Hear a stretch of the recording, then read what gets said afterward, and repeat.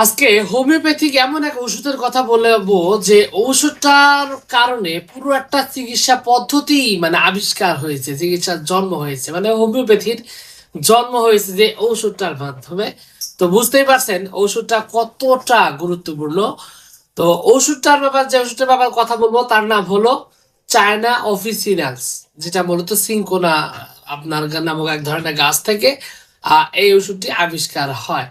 তো প্রথমত বিষয়টা হলো যে যেহেতু এটা হোমিওপ্যাথিক আবিষ্কারকের একটা বিষয়, তো আবিষ্কারকের যে শুরু সেই বিষয়টা একটু সামনে আনা দরকার, কারণ হোমিওপ্যাথিতে আবিষ্কার হলো কিভাবে। তো ডাক্তার স্যামুয়েল হ্যানিম্যান, আপনারা জানেন, অনেকেই জানেন যে তিনি একজন অ্যালোপ্যাথির একজন সুনামধন্য একজন ডাক্তার ছিলেন, অ্যালোপ্যাথিতে চিকিৎসা করতেন।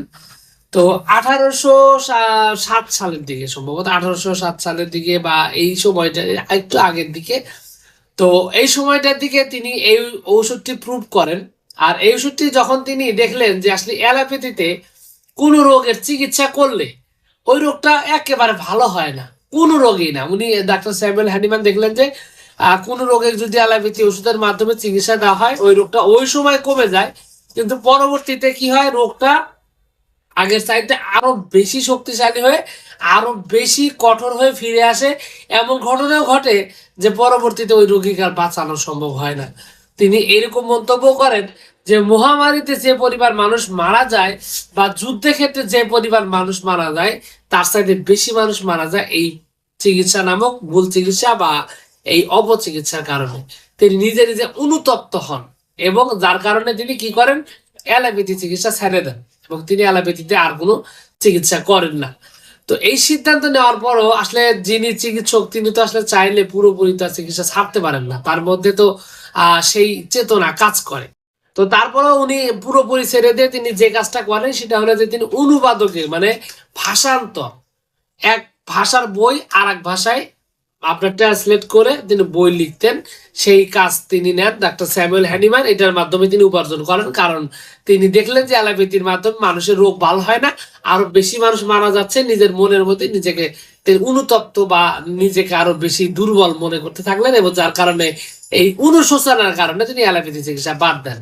কিন্তু তিনি বই পুস্তক ঠিকই পড়তে থাকলেন এবং দেখলেন যে ডাক্তার ক্যালেন তিনি বলছেন যে সিনকোনা যে গাছটা আছে এই গাছটার মধ্যে রোগ ভালো করার, জ্বর ভালো করার ক্ষমতা আছে। তো তিনি আসলে এইটুকু কথা নিয়ে তিনি বেশি একটা খুশি হলেন না। কি করলেন, যে এটা নিয়ে তিনি গবেষণা শুরু করলেন। গবেষণা কিভাবে শুরু করলেন, নিজে আগে ওই সুস্থ শরীরে শরীরে সুস্থ অবস্থায় ওই সিনকোনা গাছের যে পাতা আছে এই পাতা তিনি সেবন করলেন স্থূল মাত্রায়, বিচি মাত্রায়।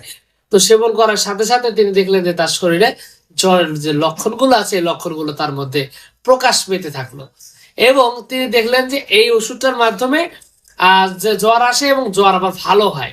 প্রায় 3 বছর যাবত তিনি কি করেন, এই ওষুধটা এই সিনকোনা গাছ নিয়ে তিনি গবেষণা চালান এবং একটা পর্যায়ে তিনি প্রুভ করেন যেটা আসলেই ঔষধ এবং যেটা যে উদ্ভিদ রোগ সৃষ্টি করে সে আবার রোগ ভালো করতে পারে। তো সেটা নিয়ে তিনি জার্নালে লেখেন এবং তারপরে এই হোমিওপ্যাথিক যে চিকিৎসা পদ্ধতি রয়েছে সেই হোমিওপ্যাথিক চিকিৎসা পদ্ধতির জন্ম হয় এবং সেখান থেকেই আজকে এই হোমিওর জন্ম। তো সেই যে সিনকোনা, সেই সিনকোনার ব্যাপারে আজকের এই ভিডিওতে কথা বলতে চাচ্ছি। তো ইতিমধ্যে যেহেতু লম্বা করে বলে ফেলছি, শর্টে বলবো। সিনকোনা আসলে এটার মেইন নামটা হলো চায়না অফ, আমরা সাধারণত ডেকে থাকি বাংলাদেশের শর্ট নাম। তো চায়না অফ এটা মূলত দুইটার উপরে কাজ করবে, লিভার এবং কিডনির উপর এটা প্রভাব অনেক বেশি। এছাড়া নার্ভের উপরও এটার ভালো রকমের প্রভাব রয়েছে, শক্তিশালী প্রভাব রয়েছে। তো এটা আসলে মেইনলি যে কাজের জায়গাটা, এটা যে লক্ষণ সেটা হলো যে আপনার শরীর থেকে যদি কোনোভাবে তরল ক্ষয় হয় এবং যার কারণে আপনার শরীর যদি দুর্বল হয়, তরল ক্ষয় বলতে কি রক্ত, বীর্য বা আপনার সাদা স্রাব বা অন্য যে কোনো কারণে আপনার শরীর থেকে তরল ক্ষয় হয়েছে, হওয়ার ফলে আপনার শরীর দুর্বল হয়ে গেছে, আপনার শরীর আগের তুলনায় অনেকটা দুর্বল হয়ে গেছে এবং যার কারণে আপনি এখন ঠিক মতো খাবার খেতে পারেন না বা আগে স্বাস্থ্য ভালো থাকলে এখন আর শরীর ভালো নাই, দিন দিন শরীর শুকিয়ে যাচ্ছে, রুচি সমস্যা, পেটে সমস্যা, হজমে গরম গোলমাল অবস্থা, এই যে নানাবিধ সমস্যা, এই সমস্যাগুলো আপনাকে একেবারে ঢেকে ধরছে এবং এখন আপনার শরীরটা দিন দিন দিন দিন শুকিয়ে যাচ্ছে। বিশেষ করে মেয়ে মানুষগুলো অতিরিক্ত সাদস্রাবের কারণে বা দীর্ঘদিন রোগের কারণে অথবা বাচ্চা জন্ম দেওয়ার পর তার স্বাস্থ্য ভয়াবহ ত্রুটি ঘটেছে এরকম লক্ষণ যদি থাকে, তাহলে কিন্তু চায়না অফ তার জন্য একটা অদ্বিতীয় বন্ধু ঔষধ, এবং খুব ভালোভাবেই তার এই প্রবলেমটি সলভ করতে সক্ষম,